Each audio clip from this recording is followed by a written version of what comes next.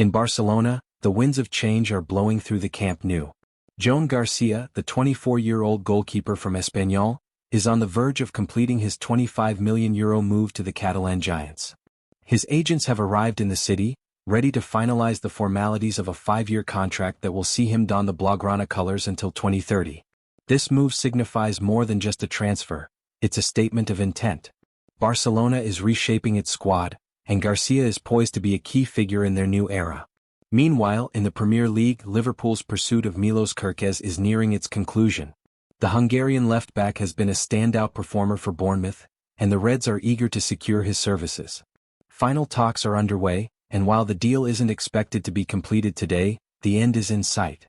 Bournemouth, in turn, is set to replace Gyökeres with Adrian Trafford, ensuring their defense remains robust. Across the continent in Madrid, a young defender's dream is coming true. Dean Huijsen, the 20-year-old centre-back, has officially joined Real Madrid.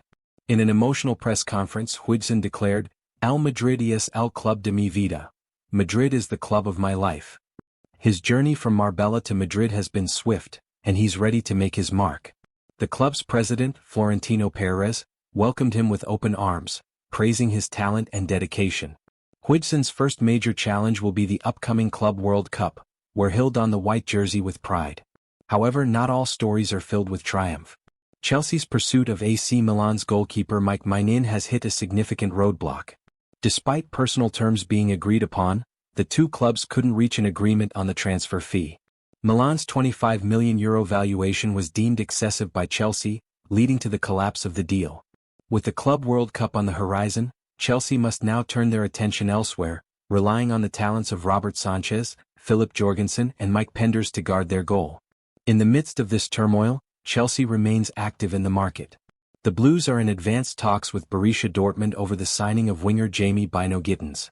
While the deal isn't expected to be finalized today, Chelsea is determined to secure his signature, even if it means waiting until later in the summer. The club sees Bino-Gittens as a vital addition to their attacking options, and negotiations are ongoing to reach a favorable agreement. Over in Turin, Juventus is making strategic moves to bolster their squad. Director Damien Kamali has confirmed that Randal Kolo Muani, currently on loan from PSG, will participate in the upcoming Club World Cup. While discussions about extending his stay are ongoing, Kamali remains optimistic. The club is also looking to strengthen their attacking options, with reports indicating interest in Sporting CP's Viktor Gyökeres. Juventus is actively pursuing this opportunity, aiming to add depth and quality to their forward line. In the Premier League, Arsenal is closing in on a significant signing. Martin Zubimendi, the highly rated midfielder from Real Sociedad, has verbally agreed to join the Gunners. The €60 million release clause is set to be triggered, making Zubimendi the first signing of Arsenal's new season. His arrival is expected to bolster the midfield, providing stability and creativity. Arsenal fans can look forward to seeing Zubimendi in action as the club aims to build on its recent successes. As the day unfolds, the transfer market continues to buzz with activity. Clubs are making moves, securing deals and planning for the future. The stories of Joan García, Milos Gyökeres, Dean Huijsen, Maignan, Jamie Bino-Gittens, Randal Kolo Muani, and Martin Zubimendi are just a few chapters in the ever-evolving narrative of football's summer transfer window.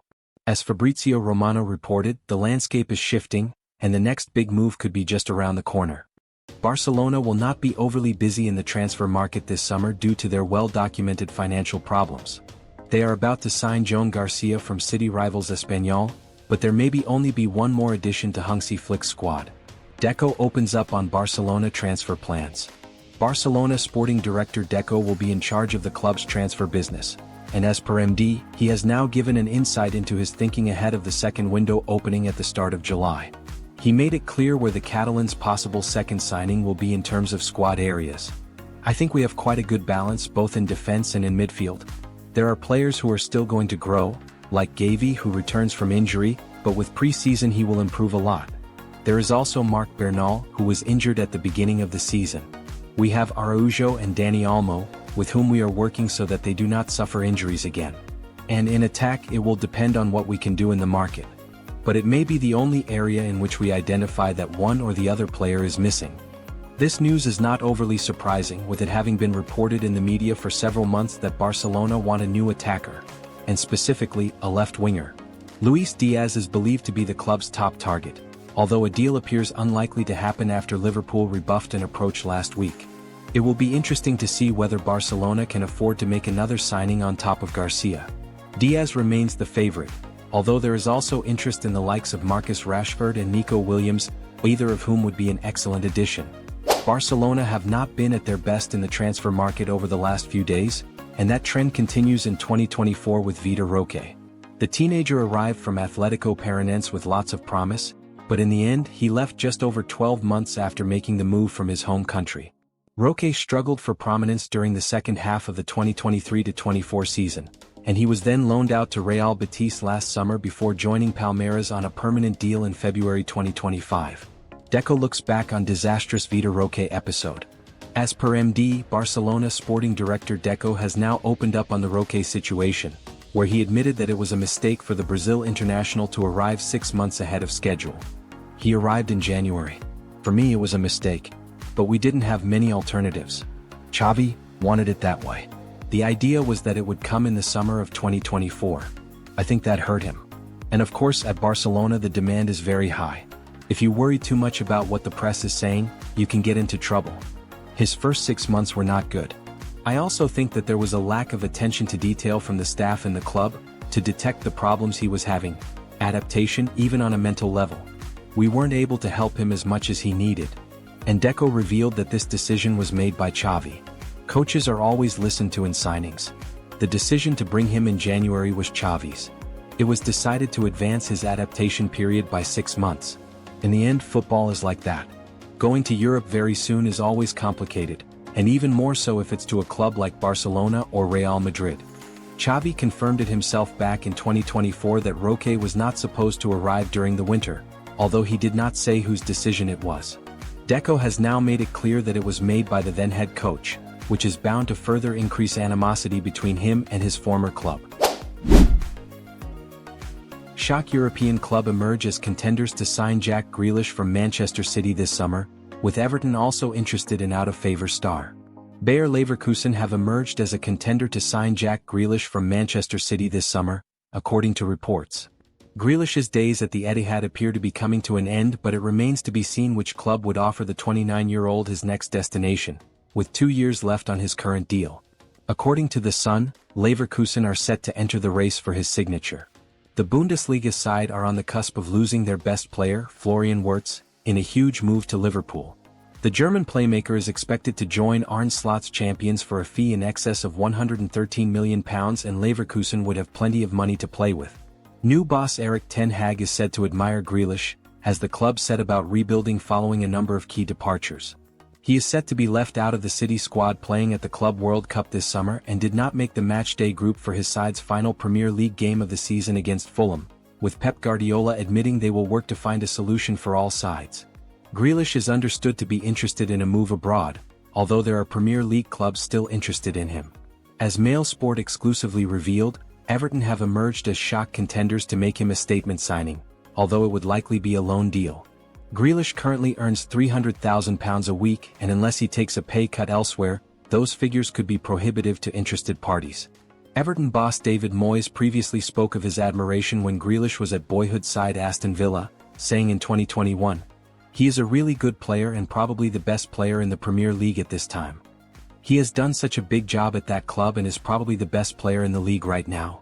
Grealish endured a tricky season at City, finishing the campaign with just 1 goal and 1 assist in the Premier League. He is hoping a move elsewhere could resurrect his England career and force a call-up in time for next year's World Cup. Man United are maintaining contact with Sporting Lisbon over the signing of Viktor Gyökeres as Ruben Amorim eyes reunion with Swedish striker. Manchester United are maintaining contact with Sporting Lisbon striker Viktor Gyökeres as they try to secure their main targets. The Old Trafford club, who are still reeling from their worst-ever Premier League campaign, are exploring the conditions of a potential deal for the prolific Swedish striker. The 27-year-old has long been touted as United's top transfer target, with the Swede having previously worked under Ruben Amorim at Sporting. Gyökeres also has interest from Juventus and Arsenal, should their move for Benjamin Sesko falter. The Red Devils have made initial contact with the Portuguese champions, with Gyökeres believed to have an £85 million release clause. He has a gentleman's agreement with Sporting to leave for £58 million this summer. The financial impact United's failure to qualify for European football initially looked to severely damage their hopes of securing the striker, who netted 39 league goals from just 31 starts in the Portuguese top flight last season. United are continuing to work on a possible deal to bring Bryan Mbeumo to Old Trafford. United offered Brentford £55 million for the 25-year-old earlier this week, but the bid was rejected. There had been reports that Tottenham Hotspur, who beat United in last month's Europa League final, were looking to hijack United's move for Mbeumo, given Brentford boss Thomas Frank is expected to replace Ange Postecoglou. However, a bid from Spurs is not thought to be imminent. Newcastle, who will join Spurs in the Champions League after finishing 5th in the Premier League, have also expressed interest in Mbeumo. But Mbeumo made it clear to Newcastle that he would rather move to Old Trafford. United have also already signed Matheus Cunha from Wolves for £62.5 million. The club are hoping to shift the likes of Marcus Rashford and Alejandro Garnacho to raise further funds.